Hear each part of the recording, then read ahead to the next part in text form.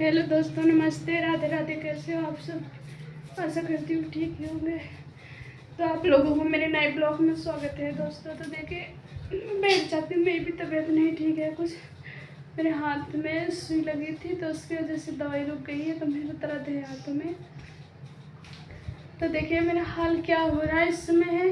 पहले तो मैं बीमार थी, अभी 2 दिन मैं एडमिट रही हॉस्पिटल में। मैं निकल के आई, फिर मेरे से छोटी बहन, उसको पता नहीं क्या हो गया, उसकी इतनी बुरी हालत हो रही, इतनी तबीयत उसकी ख़राब हो रही कि वो बेचारी एसीयू में रखी है। और उसको जो ससुराल वाले थे उसको लेके पहुंच गए थे उसके हॉस्पिटल, और मेरे माँ पिता भी आ गए थे हॉस्पिटल। और एक मेरा बहनोई भी साथ में मौजूद था, जो मेरी पापा की मदद की सीतापुर तक आने में। और सीतापुर जिला हॉस्पिटल में मेरी बहन थी, और अभी तो उसकी इलाज अच्छी हो रही है। तो रात में उसको होश नहीं था, वो बोलती भी नहीं थी कुछ भी, और किसी को पहचान भी नहीं रही थी। पता नहीं उसको क्या हुआ।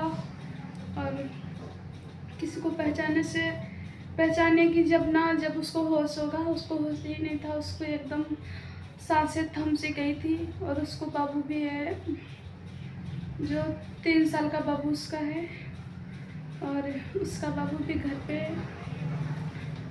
और मेरे जाने की तैयारी हो रही थी। अभी हमारे जो घर के लोग हैं, कुछ लोग जा रहे थे, तो मैं सोच रही थी कि मैं भी उनके साथ चली जाऊं। तो मेरे बाबू का एग्ज़ाम भी आ गया है, 12 तारीख को एग्ज़ाम है, आज है 10 तारीख, परसों से उसका एग्ज़ाम भी स्टार्ट है। और मैंने भी पूरी 2500 रुपये फीस जमा की है। एग्ज़ाम 700 रुपये एग्ज़ाम के सिर्फ पड़ेंगे, और 2 महीने की फ़ीस अभी मैंने जमा कर दी है। स्कूल भी उसका अच्छा है, पढ़ाती भी टीचर ठीक से है। मैंने सुबह टीचर के पास फ़ोन किया था कि टीचर मुझे घर जाना है, मेरी बहन की बहुत ज़्यादा तबीयत ख़राब हो रही है। और तो टीचर ने बोला ठीक है आप चले जाओ, और हम देख लेंगे जो उसका पेपर रह जाएगा हम बाद में करा देंगे। और मैंने सुबह रात से बार बार बात हो रही, इतना रोई कि मेरे गले से आवाज़ भी ठीक से नहीं निकल पा रही है। तो मैं आप लोगों से इतना कहना चाहती हूँ कि हम गरीबों के भाग्य में क्या ऐसा ही लिखा है कि हम जब समय आए कभी ना अपनी बहनों से मिल पाए। और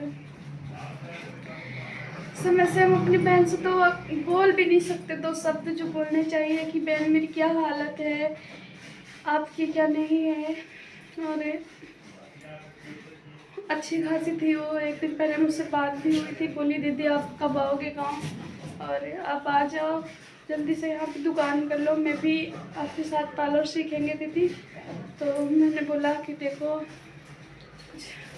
प्रधान अगर सुनवाई कर लेंगे तो हम जल्दी से दुकान बनवा लेंगे, और फिर हम सारे रहेंगे गांव में ही। जो कभी ज़रूरत होगी तो हम भी पहुंच सकते हैं। और बहन मेरे ससुराल वाले भी बहुत अच्छे हैं, और बस थोड़ा हम लोगों नहीं एडजस्ट कर सकते थे। दिक्कत है, ज़मीन की भी दिक्कत है, रहने की भी। 4 भाई हैं, 2 कमरे हैं, तो 4 लोग हैं, 2 कमरे, कौन कौन एडजस्ट उसमें करेगा। तो बहन हम बाहर आके रह गए, हम यहाँ पे हैं देहरादून में। और अभी मुझे बहुत घर की याद आ रही है। प्लीज़ मेरे ब्लॉग को पूरा देखना, और मैं आप लोगों से बात करूँगी, जो मेरे दिल में दर्द है मैं आप लोगों से बताऊँगी अपना दर्द। मेरे ब्लॉग में पूरा देखना मेरा ब्लॉग। और मैं आप लोगों से ये कहना चाहती हूँ, क्या है ये, हम गरीबों के साथ ही ऐसा क्यों है। भगवान, जितने मेरे ब्लॉग देख रहे हैं आप, इतने मेरे लिए मसीहा बन जाओ। मेरी वीडियो को इतना शेयर करो कि हम भी कुछ कर सकें अपने बच्चे के भविष्य के लिए, अपने घर परिवार में जिसकी ज़रूरत हो, अगर उसके लिए हम कुछ कर सके। अब बोलो, जो मेरी बहन की तबीयत ख़राब हुई उस टाइम उसके घर में कोई नहीं था, उसके ससुर भी बाहर, उसका पति भी बाहर। अभी जब उसे पता चला उसके पति को कि मेरी वाइफ कोई एकदम सीरियस है, कि ना बोल रही ना पहचान रही, पता नहीं क्या हो गया उसको। और तब उसके हस्बैंड ने कल दोपहर में दिल्ली में थे, और उन्होंने बस पकड़ी, वहाँ से रात में 2 बजे पहुँचे। और तब तक मेरी माँ और पिता उसके साथ में थे, मेरा बहनोई भी एक साथ था उनके। और जब उसकी सास चली गई घर, क्योंकि उसका लड़का उसके साथ में नहीं था, इसके वजह से उसकी सास गाँव चली गई, उसके साथ कोई नहीं रह गया।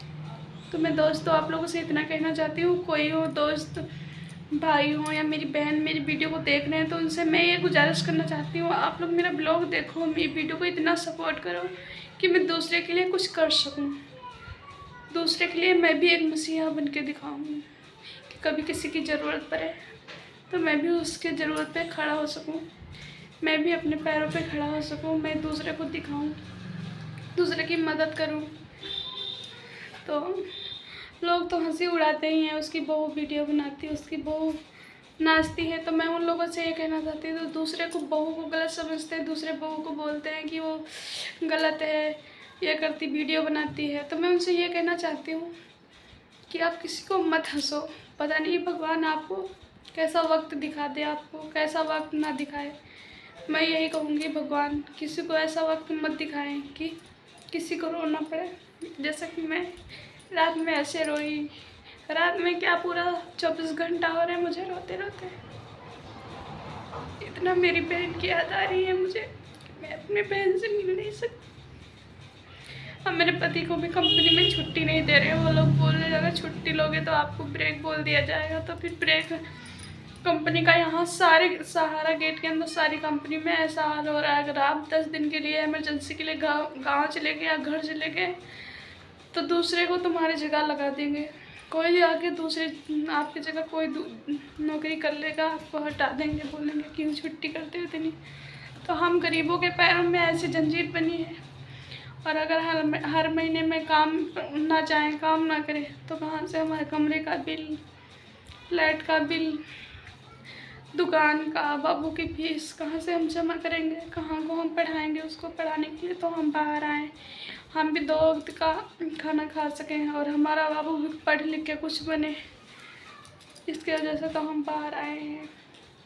और हमारे बेचारे सास ससुर हैं जो घर में अकेले रहते हैं, क्या करूं, उनकी भी याद आती रहती। मैं सोचती हूँ, अभी मेरी सास पिछले साल में इतना बीमार हुई थी कि मैं कुछ कह ही नहीं सकती हूँ। तो दोस्तों मैं